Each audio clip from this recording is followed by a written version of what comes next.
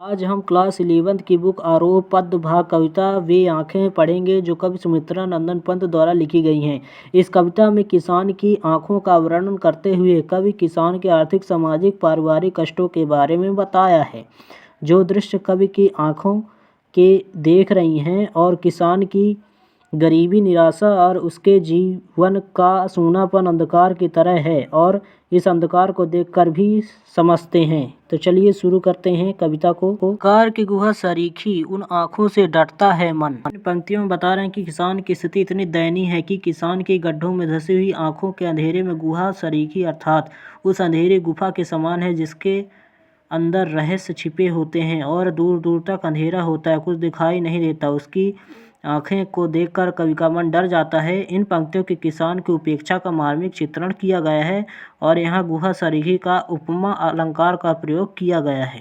भरा दूर तक उनमें दारुण दैन्य दुख का नीरव रोदन। किसान की आंखों में दूर दूर तक दारुण अर्थात दुख दर्द भरा हुआ है, भयंकरता भरी हुई है। उसके अंदर इनका डर समाया हुआ है कि उसकी गरीबी दुख का नीरव अर्थात मौन शांत हो जो कि किसी को दिखाई नहीं देता, वह साफ साफ उसकी आंखों में दिखाई दे रहा है। इसमें दैन्य दारुण में अनुप्रास अलंकार का प्रयोग किया गया है। वह स्वाधीन किसान रहा अभिमान भरा आंखों में इसका। किसान किसी समय में स्वाधीन रहा था यानी कि आज़ाद किसान यहाँ सोच रहा है कि किसान आँखों जो अभी देख रही हैं कभी उसके पास अपने खेत थे और उन खेतों का मालिक हुआ करता था और उसके आँखों में अभिमान भरा रहता था।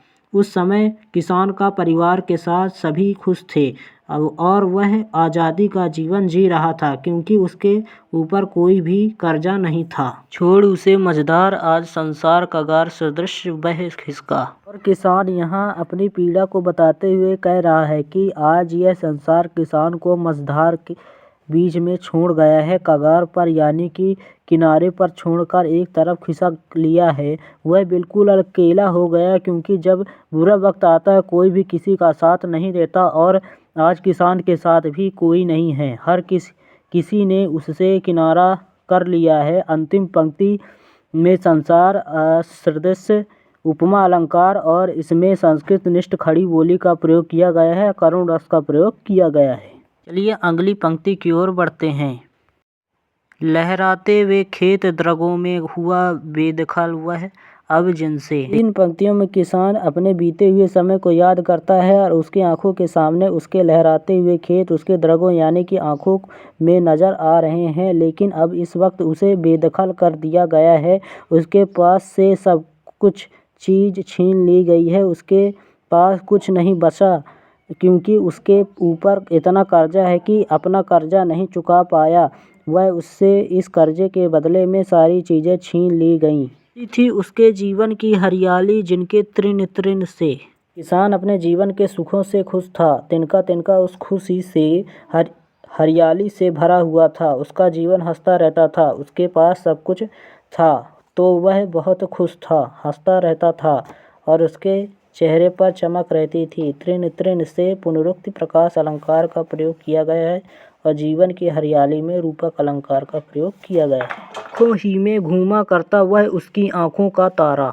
अब यहाँ किसान अपने बेटे को याद करता है और उसके बारे में सोचता है कि जो उसके बेटे की छवि है वह उसके आँखों में घूमा करती है, अर्थात वह उसका बहुत प्यारा बेटा था और वह हर वक्त उसके बारे में सोचा करता था। आँखों में घूमना और आँखों का तारा यहाँ पर मुहावरे का प्रयोग किया गया है। कारकुनों की लाठी से जो गया जवानी ही में मारा। किन कारकुनों अर्थात जमींदारों के आदमियों ने उसे लाठियों से मार मार कर इतना मारा कि वह ख़त्म हो गया, मर गया और वह जवानी में ही चला गया। अर्थात जब महाजनों के आदमियों ने इतना मारा कि उसके बेटे की जान ही ले ली क्योंकि वह अपना कर्जा नहीं चुका पाया था। यहाँ पर किसान जो है वे अपने बेटे के दर्द को महसूस करता है। बिका दिया है घर द्वार महाजन ने ना ब्याज की कौड़ी छोड़ी। अब यहाँ पर किसान अपनी पीड़ा को बता रहा है कि सब घर बार बिक गया क्योंकि महाजन जमींदार के कौड़ी तक नहीं छोड़ी, उसने एक पैसा तक भी माफ़ नहीं किया जिसके लिए उसका घर बार घर द्वार सब कुछ बिक गया। यहाँ पर घर द्वार को कौड़ी ने ना में अनुप्रास अलंकार का प्रयोग किया गया है। रह रह आँखों में चुभती वह कुर्क हुई बरधों की जोड़ी। इन पंक्तियों में बताया जा रहा है कि किसान के पास जो बरधों का अर्थात बरधों का अर्थ है बैलों की जोड़ी, जो उसके बैलों की जोड़ी वह भी कुर्क यानी कि नीलाम हो गई। वह बैलों की जोड़ी आज उसकी आंखों में चुभती है। बरधो शब्द में देशज शब्द का प्रयोग किया गया है और रह रहे में पुनरुक्त प्रकाश अलंकार का प्रयोग किया गया है। आंखों में चुभना मुहावरे का प्रयोग किया गया है। उजरी उसके सिवा कैसे कब पास दुहाने आने देती। अब यहाँ पर किसान के पास सफ़ेद गाय थी जिसे वह उजरी कहता था और वह उस गाय के बारे में सोचता था कि उजरी अर्थात सफ़ेद गाय किसान के सिवाय दूध दुहाने के लिए किसी को भी अपने पास नहीं आने देती थी। उजरी उसके सिवा किसे कब पास दुहाने आने देती में प्रश्न अलंकार का प्रयोग किया गया है। वह आँखों में नाचा करती उजड़ गई जो सुख की खेती। अब यहाँ पर सब वह सुख की खेती उजड़ गई है जो उसके आँखों में नाचा करती थी। यहाँ पर किसान जो है अपने बीते हुए समय को याद करता है। उसके खेत भी चले गए हैं और उसके बैलों की जोड़ी उसका बेटा भी मारा गया है, कुछ खत्म हो गया। उसकी आंखों के सामने यही सब कुछ नाच रहा है, चल रहा है और वह अपने आंखों को देख रहा है। आंखों में नाचना यहाँ पर मुहावरे का प्रयोग किया गया है। चलिए अगली पंक्ति की ओर बढ़ते हैं। बिना दवा दर्पण के घरनी स्वर्ग चली आंखें आती भर। किसान यहाँ पर अपनी पीड़ा व्यक्त करता हुआ कहता है कि बिना दवाई घरनी अर्थात पत्नी भी स्वर्ग सिधार गई क्योंकि पैसों के बिना इलाज नहीं हो पाया और वह मर गई। ऐसा सोच सोचकर किसान की आंखें भर आती हैं। आंखें भर आना मुहावरे का प्रयोग किया गया है। घरनी स्वर्ग आदि तद्भव शब्द का प्रयोग किया गया है और दवा दर्पण में अनुप्रास अलंकार का प्रयोग किया गया है। देख रेख के बिना दुधमुही बिटिया 2 दिन बाद गई मर। किसान की एक बेटी दुधमुही अर्थात छोटा बच्चा दूध पीता है, उसे दुधमुहा कहा जाता है। वह भी 2 दिन बाद मर गई क्योंकि पत्नी के बिना उस बेटे की मृत्यु हो गई। 2 दिन में अनुप्रास अलंकार का प्रयोग किया गया है। अगली पंक्ति की ओर बढ़ते हैं।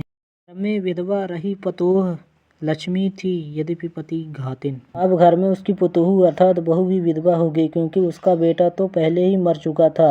उस बहू को लक्ष्मी का रूप समझा जाता था लेकिन यह समाज उसे पति की घातिन अर्थात उस पति को मारने वाली समझने लगा और ऐसा कहकर सब ऐसे ताने देने लगे थे। पड़ मंगाया कोतवाल ने डूब कुएं में मरी एक दिन।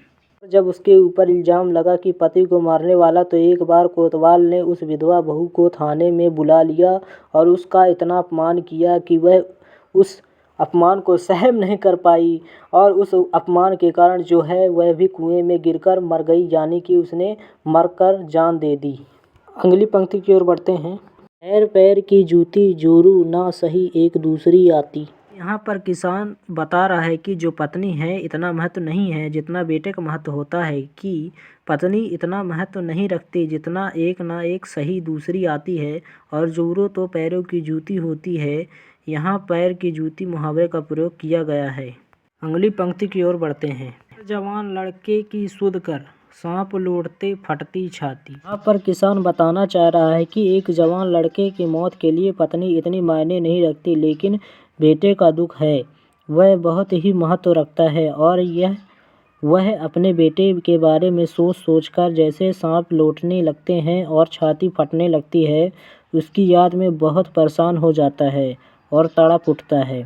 सांप लौटना छाती फटना मुहावरे का प्रयोग किया गया है। अगली पंक्ति की ओर बढ़ते हैं। सुख की स्मृति आँखों में क्षण भर एक चमक है लाती। किसान यहाँ पर पिछले बीते हुए समय की गहरी यादें ज्ञात करता है और एक पल के लिए उसके चेहरे पर चमक आ जाती है। जब वह संपन्न था, हर चीज़ उसके पास थी, सब उसका सम्मान करते थे, उस वक्त उसको याद करता था, उसके चेहरे पर चमक आ जाती है। तुरंत शून्य में गड़ वह चितवन तीखी नोक सदस्य बन जाती। लेकिन जब वह याद आता है उसके पास अब कुछ भी नहीं है तो उसका मन शून्य हो जाता है और वह यादें उसे तीर के समान चुभने लगती हैं क्योंकि वह एक समय में बहुत खुश था, आज दुख और निराशा से भरा हुआ है उसका मन है। तीखी नोक सदस्य उपमा अलंकार का प्रयोग किया गया है और यहाँ पर ग्रामीण परिवेश का चित्रण किया गया है।